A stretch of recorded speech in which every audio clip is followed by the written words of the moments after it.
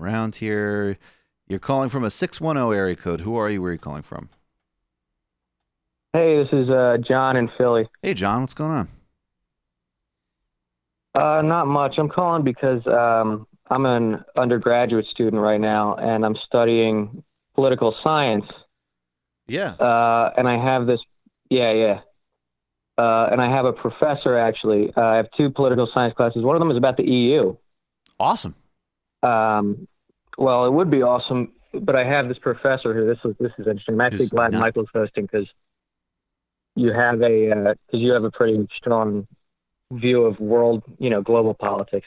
Anyway, she teaches about the dynamics of the EU, but she has this very blatant, kind of right-wing sort of bend, kind of like The Economist, right? Magazine, right? So, and she states these things as if they're, and she states, certain things that are actually very biased and I would argue wrong about different countries and the EU, in the single market. Mm-hmm. And she states them as fact, and it really pisses me off. Yeah. Well, she sounds like she has a strong bias. Hold on, I'm nodding out for a second. Little Jordan Peterson druggy impression there for you. Well, that's actually funny because she assigned Steven Pinker books.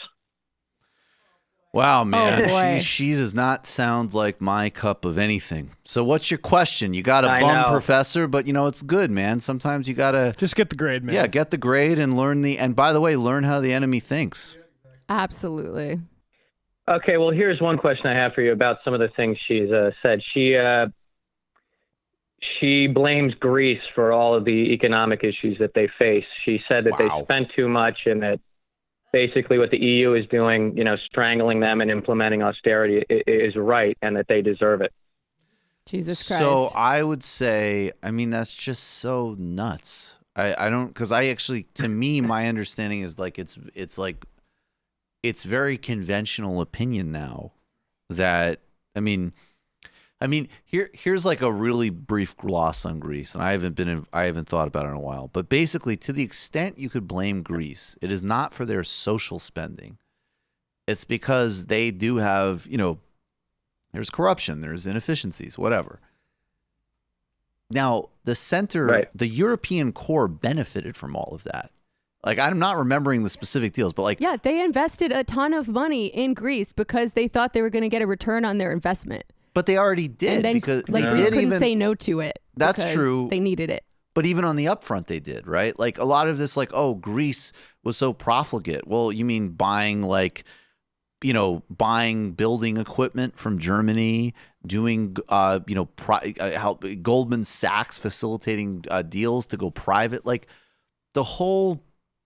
there was so much money that was generated out of even the dysfunctional, practices. Yeah, this was predatory lending. Don't get it twisted. 100%. And it's a win-win for the ones doing the lending because they get a return on their investment. That's great. If Greece can't pay it back, guess what? It's on the backs of the Greek people, and Greece is fucked for a really long time. Totally. And also when you read, even Varoufakis, I mean, he's 100% right that it wasn't even a monetary question. It's a political question. It was like, if we torture Greece, that will threaten an Italy or another country from asserting, debt relief or protections of its workers, which, by the way, and this is another thing I'm sure your professor does not understand, is doubly dangerous because what happened in Greece, and I have some sympathy for Syriza. I don't know how much room for maneuver they had. I mean, they definitely failed, and they should have tried. They failed, but they were under a lot of objective forces and pressure, right? But what happens is Syriza totally submits, continues utterly gutting Greece, and so this flashpoint of hope of an actual left gets destroyed and discredited. Guess what political party? And he actually recently miscalculated, so Matteo is sidelined. But if you look at Matteo, a actual neo-fascist in Italy, he was just total swagger with fuck the EU. They're not going to tell us how to handle all the labor policies. Crazy. becomes the right-wing forces that are able to level accurate critiques at the European policy-making community, and then that reinforces the populist right-wing wave. Yeah, that's how we got shit like Brexit. Right, so it's all a disaster. Your professor's a fool. Yeah, but get the grade. Yeah, I know. I mean, I have a tendency to, whatever I'm thinking kind of shows up on my face. So she'll be saying some of this shit, and she'll look at me, and all my face will be bright red. But I mean, look, and maybe she has a crush on you, man. Maybe she's just like, I think Greece messed it up. I would take maybe we could debate that later. I would take this as an opportunity to learn as much as you can, so you can win an argument with her.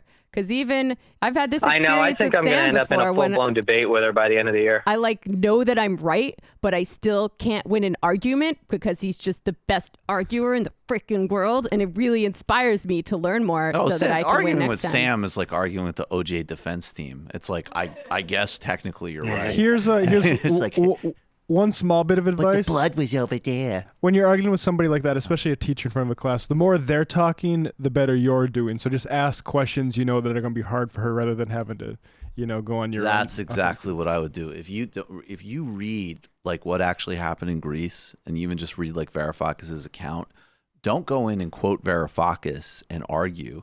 Just formulate questions that you glean from that she's going to find a very hard time answering, because ultimately she's just going to give you a political answer, right? Like ultimately, yeah, I mean, it's just going to be very like simplistic these types of views.